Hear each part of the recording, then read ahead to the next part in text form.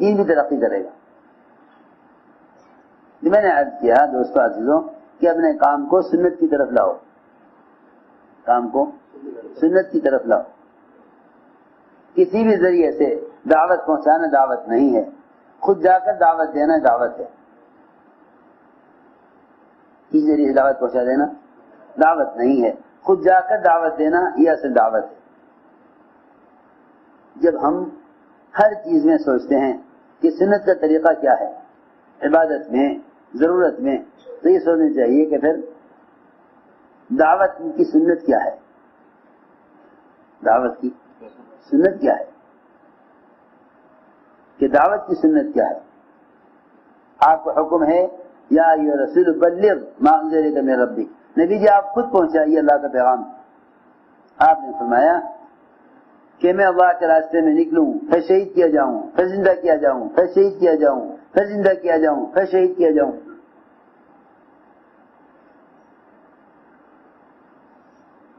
یعنی میں چاہتا ہوں کہ خود جا کر دعوت دوں۔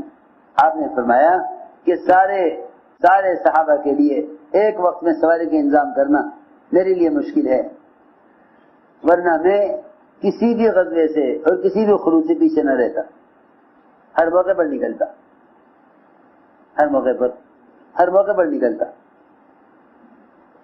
میرے دوستو عزیزوں، پہلے سمجھنا چاہیے کہ دعوت کسے کہتے ہیں۔ اصل میں دعوت صحابہ کرام کا طریقہ محنت ہے،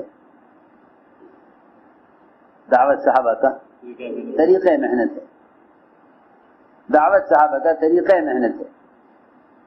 اس دعوت کے ذریعے یقین و ماحول کو بدلنا ہے،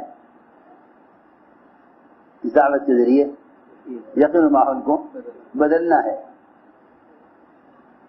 اس دعوت کے ذریعے یقین و ماحول کو بدلنا ہے۔ میں ضروری بات عرض کر رہا کہ یقین کا بدلنے کا کیا مطلب اور ماحول کا بدلنے کا کیا مطلب، اور صحابہ کرام کا اس میں کیا معمول ہے کہ وہ دعوت کے ذریعے یقین و ماحول کو کیسے بدلتے تھے۔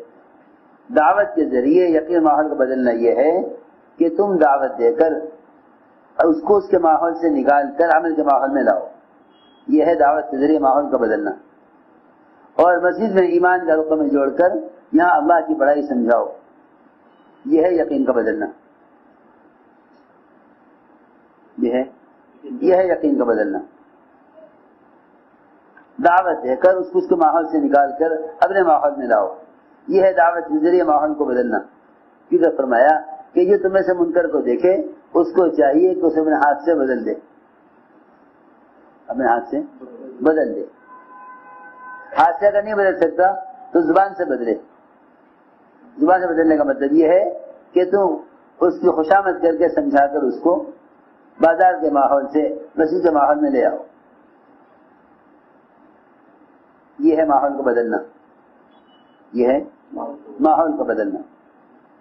دوسری بات یہ تھی کہ یقین کا بدلنا، یقین کا بدلنا یہ ہے کہ تم اس کو بازاری ماحول سے ایمان کے ماحول میں لے آؤ۔ اس لیے یہ بات سب یاد رکھیں کہ ہمارے گشت کا اصل مقصد ہے ایمان کے حلقوں پر ایمان والوں کو جمع کرنا۔ ہمارے گشت کا مقصد ہے ایمان کے حلقوں پر ایمان والوں کو جمع کرنا، ایمان کے حلقوں پر ایمان والوں کو جمع کرنا، یہ ہمارے گشت کا مقصد ہے۔ یہ کام سیرت کے تابع ہے، کام سیرت کے تابع ہے، ہمارے آپ کے تجربات کے تابع نہیں ہے۔ میں نے خوب اندازہ کر لیا، آپس کے اختلاف کی اصل وجہ یہ ہے کہ ہر شخص اپنے تجربات کی طرف دعوت دیتا ہے۔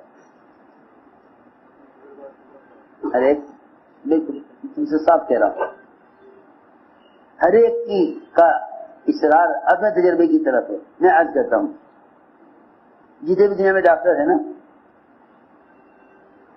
ہر ڈاکٹر مریض کو اپنی دوا لکھ کر دے گا۔ کوئی ڈاکٹر کسی ڈاکٹر کی دوا کو یہ نہ کہے گا کہ ہاں یہ دوا کھاتے رہو یہ بھی ٹھیک ہے، نہیں سوچے گا پھر میں کس لیے ہوں، پھر میں کس لیے ہوں، یہ جانتے ہوئے کہ ہاں اس مرض کی یہی دوا ہے، لیکن دوسرے ڈاکٹر کی دوا کا انکار کر کے اپنی دوا تجویز کرے گا. بہت کم ایسے خیر خواہ ڈاکٹر ملیں گے جو کہیں گے ہاں جی دوا ٹھیک ہے یہ کھاتے رہو. ورنہ ہر حکیم اور ڈاکٹر کا مزاج یہ ہے کہ دوا دیکھتے ہی کہے گا یہ تو بالکل بیکار دوا ہے. کسی لکھ کے دے دیا آپ کو, ہاں چاہے اس کو دوا سے فائدہ ہو رہا ہو مگر وہ اس دوا کو اچھا نہیں کہے گا, کیونکہ ہر ایک کی دعوت اپنے تجربے کی طرف ہے. میں کچھ کہنا چاہتا ہوں, کام کرنے والوں کے آپس میں اختلاف کرنے کی اصل وجہ یہ ہے کہ اجتماعی طور پر کام کے طریقے کے اعتبار سے, کام کے طریقہ کار کے اعتبار سے اجتماعی طور پر سیرت پر نظر نہیں رکھتے. اس پر سیرت پر نظر نہیں رکھتے, سیرت پر نظر نہیں ہے, اپنے تجربات پر نظر ہے. اور میری بات یاد رکھو کہ یہ تک کام کو سیرت پر نہیں لاؤ گے اس وقت تک باطل مغلوب نہ ہوگا, باطل مغلوب نہیں ہوگا. کیوں؟ اس لیے کہ تجربات حادث ہیں, تجربات حادث ہیں یعنی ختم ہونے والے ہیں, اور سنتیں باقی رہنے والی ہیں. سنتیں باقی رہنے والی ہیں. لوگ کہتے ہیں ہمارا تجربہ یہ ہے, یہ کیا جائے. کل کو لوگ آئیں گے ان کا تجربہ کچھ اور ہوگا, ان کے بعد جو لوگ آئیں ان کا تجربہ کچھ اور ہوگا. میں نے خوب غور کیا مولانا صاحب کے بیانات میں کہ یہ حضرات تجربات پر نہیں چلتے تھے بلکہ محمد صلی اللہ علیہ وسلم اور آپ کے صحابہ کے معمول پر چلتے تھے. کیونکہ یہ بات حق ہے کہ کام کرنے والوں کے تجربات پر امت جمع نہیں ہوگی, امت سیرت پر جمع ہوگی. امت سیرت اس کا کوئی جواب نہیں ہے, اس کا کوئی جواب نہیں, اس کا کوئی جواب نہیں ہے, اس کا کوئی انکار نہیں کر سکتا, یقینی بات ہے. تو میں نے عرض کیا کہ ہمارے گشت کا موضوع ہے دعوت دے کر صحابہ کی طرح ایمان کے حلقوں پر جوڑنا. دعوت دے کر صحابہ کی طرح ایمان کے حلقوں پر جمع کرنا, یہ ہمارے گشت کا موضوع ہے. چاہے ہم دنیا میں کہیں بھی ہوں, ہم دنیا میں کہیں بھی ہیں, ہمارے گشت کا موضوع ہے صحابہ کی طرح دعوت دے کر ایمان کے حلقوں پر جوڑنا. کیونکہ بڑی تیزی کے ساتھ ملاقات کا معمول برائے ملاقات ہوتا جا رہا, بڑی تیزی کے ساتھ ملاقات کا معمول برائے ملاقات ہوتا جا رہا. صحابہ کی ملاقاتیں برائے ملاقات نہیں ملتی, صحابہ کی ملاقات جو ملتی ہے وہ ان کو ان کے ماحول سے نکال کر اپنے ماحول میں لانا ملتا ہے. وہ یوں کہتے تھے اٹھو ہمارے ساتھ, چلو ہمارے ساتھ, آؤ ہمارے ساتھ, بیٹھو ہمارے ساتھ. یہ صحابہ کے اقوال ہیں. کیوں؟ ایمان سیکھنے کے لیے. رضوہ فرمایا کرتے تھے یہ کام میں اس لیے کرتا ہوں تاکہ میرے ایمان میں کمال پیدا ہو. رضوہ کا معمول یہ تھا کہ وہ ایک ایک دو کے ہاتھ پکڑتے اور کہتے کہ چلو ہمارے ساتھ, اب میرے پر ایمان لائیں گے, میرے پر ایمان آؤ, چلو ہمارے ساتھ, اب میرے پر ایمان لائیں گے. مسجدیں یعنی ایمان اور غیب کے حلقوں سے آباد رہتی تھی. باہر سے آنے والے ہر شخص کو مسجد کے اندر اجتماعی عمل ملتا تھا. میرے دوستوں میں کیا عرض کروں, ہم نے مسجد کو الگ کر دیا, مرکز کو الگ کر دیا. یہ مسجد ہے, مرکز نہیں ہے. یہ مسجد ہے, مرکز نہیں ہے. آپ دیکھیں گے کہ آپ کو پورے ملک میں ایک مرکز ملے گا, پورے ملک میں ایک مرکز ملے گا. حالانکہ معمولات کے اعتبار سے ہر مسجد مرکز کی طرح آباد ہو, ہر مسجد مرکز کی طرح آباد. اصل بات یہ ہے جس وقت کوئی مسلمان مسجد میں آ جائے, جس وقت کوئی مسلمان مسجد میں آ جائے اس کو مسجد میں عمل ملنا چاہیے. چاہے کوئی کلمہ سکھا رہا ہو, چاہے کوئی نماز سکھلا رہا ہو، چاہے کوئی قرآن پڑھا رہا ہو، چاہے کوئی ایمان یقین کی بات کر رہا ہو، چاہے نکلنے والوں کی تشکیلیں ہو رہی ہوں، جس وقت بھی کوئی آدمی مسجد میں آوے اس کو کوئی عمل ملنا چاہیے. یہ اصل بات یہ تھی. اب گشت ہے، ملاقاتیں ہیں، لیکن مسجد ملاقات کے دوران عمل سے خالی ہے. جب مسجد عمل سے خالی ہے تو تم گشت کس کام کے لیے کر رہے؟ جب تمہارے گھر میں کھانے کا انتظام نہیں ہے تو تم دعوت دینے کے لیے کیوں نکلے؟ موٹی سی بات ہے، موٹی سی بات. بھائی دعوت اس لیے دی جاتی ہے تاکہ آپ ہمارے گھر میں آ کر کھانا کھائیں. ہاں آپ دیکھیں گے ہر دعوت دینے والے کو وہ پہلے گھر میں کھانا پکائے گا، دسترخوان لگائے گا. اللہ تعالیٰ کی ترتیب یہی ہے. اللہ تعالیٰ نے جنت کو مزین کیا. اللہ خود داعی ہیں، بلانے کے لیے بھیجا ہے محمد صلی اللہ علیہ وسلم کو کہ جاؤ بلا کر لاؤ. اللہ داعی ہیں، جنت دسترخوان ہے، بلانے کے لیے انبیاء کو بھیجا ہے. بلانے کے لیے انبیاء کو بھیجا ہے. تو میں عرض کر رہا تھا کہ اصل ہمارے گشت کا یہ موضوع ہے کہ دعوت دے کر کہاں لاؤ؟ بلانے کے ماحول میں لاؤ. صحابہ پوری کوشش کرتے تھے اسی طرح ہمارے ماحول میں آ جائے. یہاں تک کہا اللہ نے قرآن میں وَإِنْ أَحَدٌ مِّنَ الْمُشْرِكِينَ اسْتَجَارَكَ فَأَجِرْهُ حَتَّىٰ يَسْمَعَ كَلَامَ اللَّهِ، کہ اگر کوئی مشرک بھی تم سے پناہ چاہے تو اس کو پناہ دے دو تاکہ تمہارے ماحول میں آ کر قرآن سنے. تمہارے ماحول میں آ کر قرآن سنے. اگر کوئی مشرک بھی پناہ چاہے تو اس کو پناہ دے دو تاکہ تمہارے ماحول میں آ کر قرآن سنے. میں نے عرض کیا کہ اثر کا گشت کا مقصد یہ ہے کہ مسجدوں میں اعمال کا ماحول قائم رہے. حضور اکرم صلی اللہ علیہ وسلم نئے آنے والوں کو مسجد میں رکھتے تھے. نئے آنے والوں کو مسجد میں رکھتے تھے. مجھے خوب یاد ہے کہ بعض لوگوں نے یہ بات اٹھائی کہ بھئی مسجد میں رہنا اصل نہیں ہے. یہ بات کہنا بھی قرآن حدیث اور سیرت صحابہ کے خلاف ہے. کیونکہ میں عرض کرتا ہوں بات، جب ساتھی آپس میں اختلاف کرتے ہیں نا اپنے تجربات کی روشنی میں تو بعض مرتبہ سیرت کے اور صحابہ کے عمل کے انکار تک پہنچ جاتے ہیں. یہ نہیں کرنا ہے. یہ بہت ڈرنے کی بات ہے کیونکہ صحابہ کے معمول کا انکار اور محمد صلی اللہ علیہ وسلم کے کسی حکم یا سنت کا انکار کر دینا یہ بڑی محرومی کا سبب ہے. یہ بڑی محرومی کا سبب ہے. کسی کام کو یہ مت کہو کہ یہ نیا کام شروع ہوا ہے، بلکہ یوں کہو کہ یہ سارے کام ابھی تک ہم ان سے ناواقف تھے. یہ تو سارے صحابہ کے معمولات ہیں جو ہمارے معمول میں آنے چاہیے. یہ نہ کہو یہ نیا کام شروع ہوا ہے. یوں کہو کہ ہم اس کام سے اب تک واقف نہیں تھے. نہ جاننے والے کے لیے تو پرانی چیز بھی نئی ہوتی ہے. نہ جاننے والے کے لیے پرانی چیز بھی نئی ہوتی ہے. بس تمہیں نئی چیز لگ رہی ہے لیکن دیکھو سیرت میں سمجھ جاؤ گے کہ نئی بات نہیں پرانی بات ہے. سیرت میں نہیں دیکھو گے تو انکار کر بیٹھو گے. کیا کرو گے؟ انکار کر بیٹھو گے.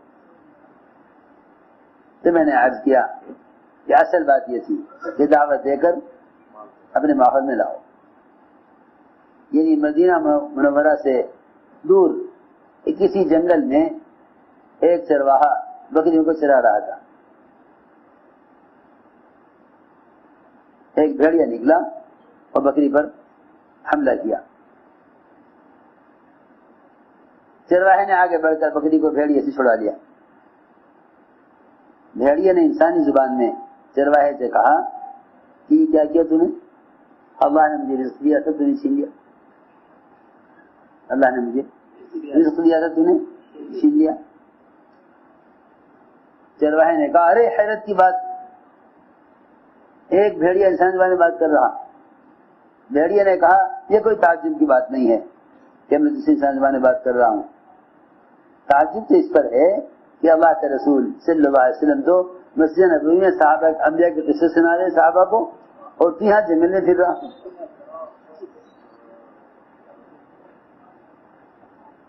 وہ تو صحابہ کو انبیاء کے قصے سنا رہے مسجد میں، اور تو یہاں بکری چلا رہا جنگل میں۔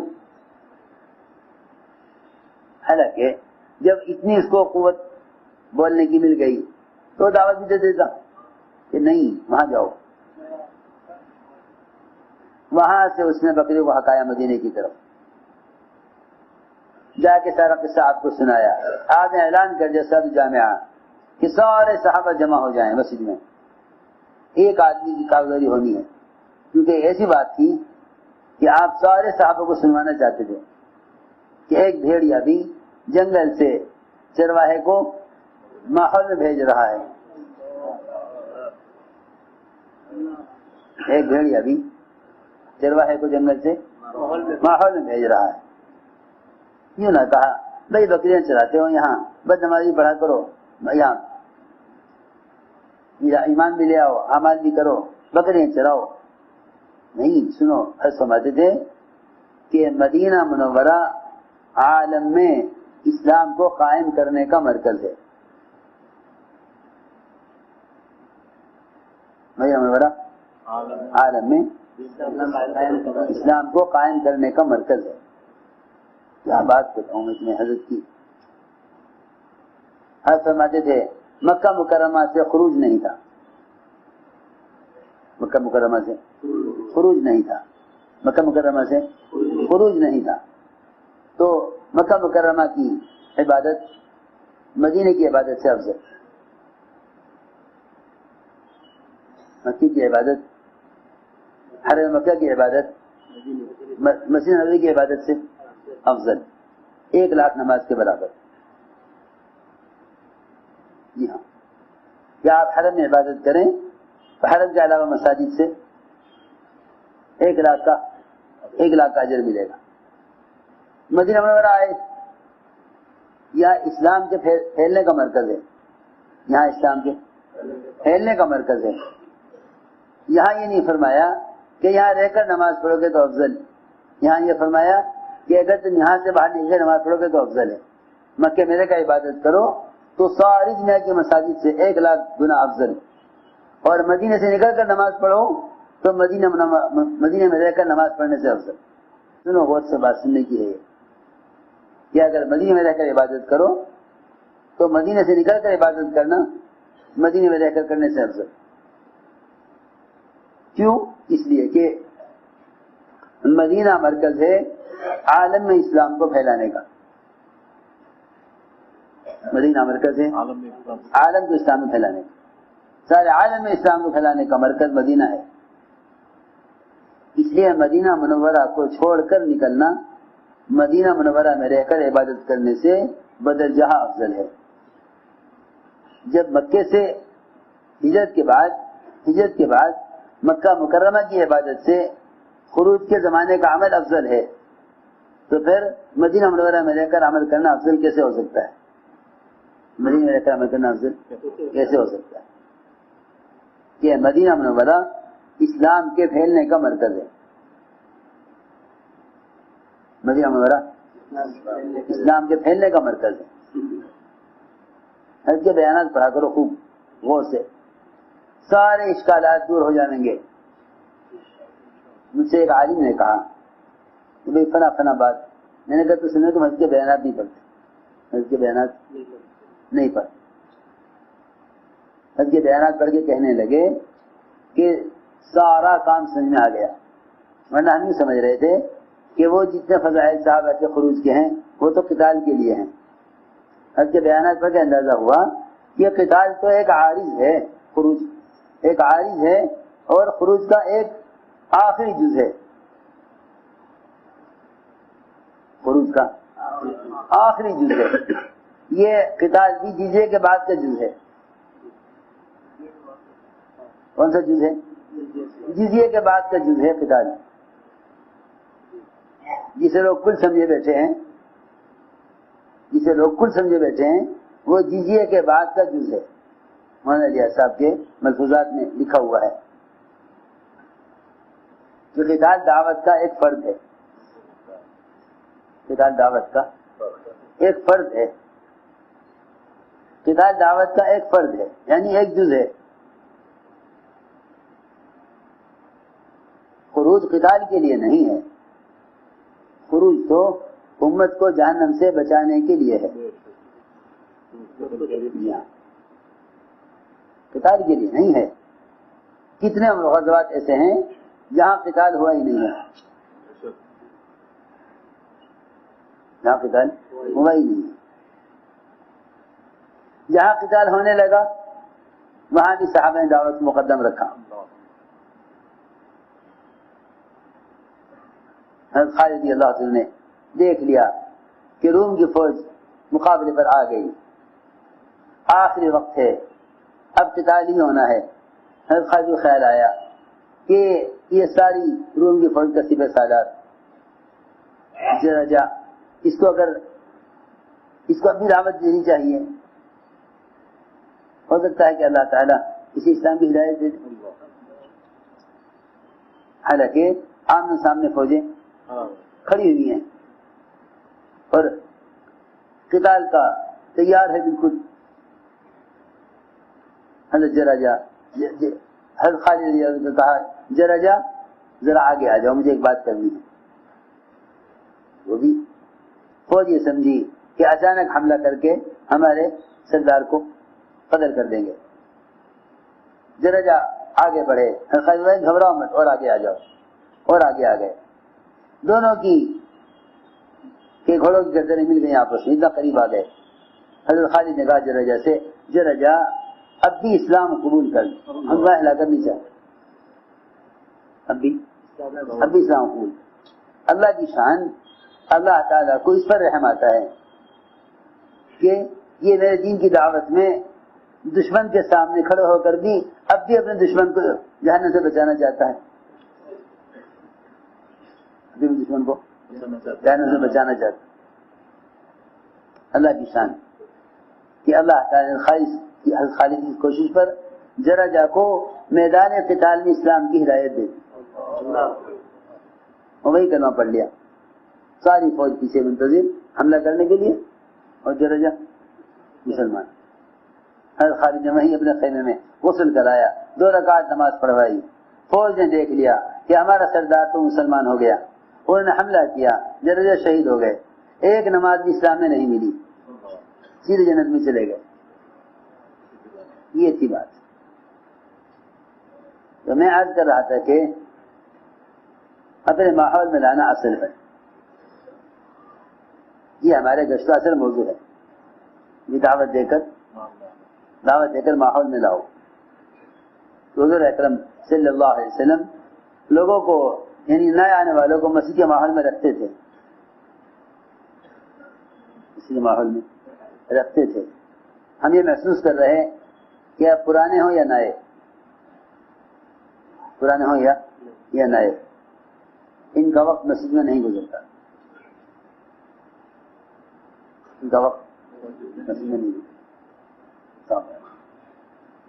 پرانے ہوں یا نئے, ان کا وقت مسجد میں نہیں گزرتا.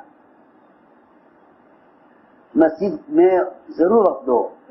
میں نہیں کہتا کہ باہر کی ملاقاتیں کم کر دو, کہ نہیں, ایک ایمان والے کو اپنے ساتھ لے کر اعمال مسجد میں جوڑو.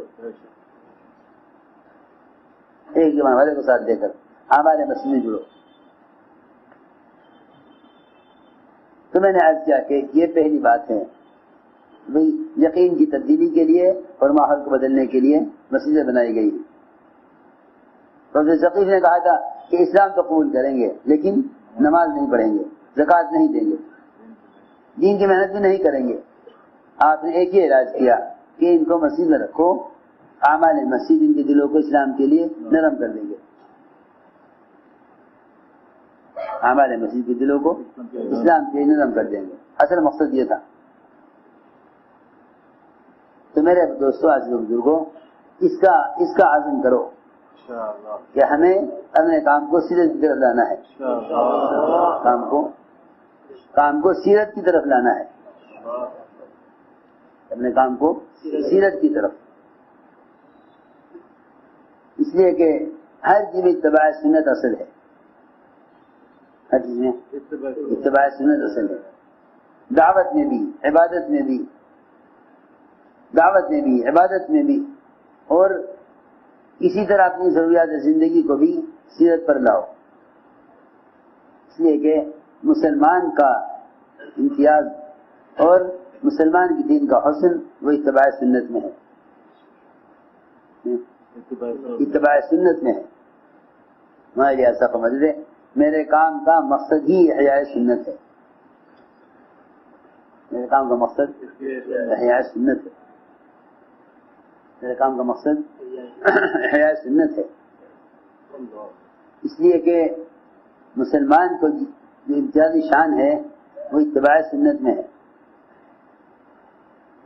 مسلمان کی امتیازی شان اتباع سنت میں ہے۔ سمجھتے تھے کہ میرے کام کی کامیابی یہ ہے کہ میرے کام کے کرنے والوں میں خلاف سنت چیز کو دیکھ کر ناگواری پیدا ہونے لگے، یہ میرے کام کی کامیابی ہے کہ خلاف سنت چیز دیکھ کر طبیعت میں ناگواری ہو کہ یہ کام سنت کے خلاف کیوں ہو گیا، یہ کام سنت کے خلاف کیوں ہو گیا۔ اس لیے اپنے آپ کو پابند کریں ہر چیز میں اتباع سنت کا، دعوت میں بھی۔ میں نے عرض کر دیا کہ دعوت میں سنت یہ ہے کہ بذات خود دعوت دو، دعوت میں سنت یہ ہے کہ بذات خود دعوت دو، ضروریات میں اس کی کوشش کرو کہ ہر کام سنت کے مطابق ہو، اس لیے کہ اسلام کی جاذبیت وہ سنت کے اتباع میں ہے، اسلام کی جاذبیت اتباع سنت میں ہے، اس کا ہم عزم کریں، اور جو بات عرض کی گئی ہے وہ اس کو بے اعتبار عالم کے زندہ کرو، بے اعتبار عالم کے زندہ کرو۔ دیکھو جب کوئی چیز یعنی عالم سطح پر کی جاتی ہے تب ماحول بدلتا ہے، اس کا ماحول کو بدلنا نہیں کہتے کہ آپ نے ایک علاقہ ایسا بنا لیا باقی علاقہ ایسا نہ بنا تو فساد اپنی جگہ باقی رہے گا، فساد اپنی جگہ باقی رہے گا۔ اصل میں گھر کے ہر کونے سے گندگی کو نکالنا ہوتا ہے، ماحول افراد کے عمل کو نہیں کہتے، ماحول مجموعے کے عمل کو کہتے ہیں، ماحول مجموعے کے عمل کو کہتے ہیں۔ گھر کا وہ گھر صاف نہیں کہ تم نے ایک کمرے کی گندگی، سارے کمرے میں گندگی ایک کمرے میں جمع کر دی، اس گھر کو صاف نہیں کہیں گے۔ میں کچھ کہنا چاہتا ہوں، آپ یہ خیال کریں ہمارے علاقے میں تو ماشاءاللہ کام ہے، نہیں، آپ کے علاقے میں کام ہے وہ آپ کے علاقے کے لیے ہے، کام سارے عالم میں ایک ہی رخ پر ہونا چاہیے، کام سارے عالم میں ایک رخ پر ہونا چاہیے۔ اس لیے میرے دوستوں عزیزوں، ذمہ داری انفرادی نہیں اجتماعی ہے، ذمہ داری انفرادی نہیں اجتماعی ہے۔ سارے عالم میں بکھری ہوئی امت ایک جسم کے اعضاء کی طرح ہے، یہ صحیح حدیث ہے، سارے عالم بکھری ہوئی امت ایک جسم کے اعضاء کی طرح ہے، پیر کے انگوٹھے کا زخم سارے بدن کو بے چین کرے گا۔ یوں مت سمجھو کہ یہ فلاں ملک کی بات ہے،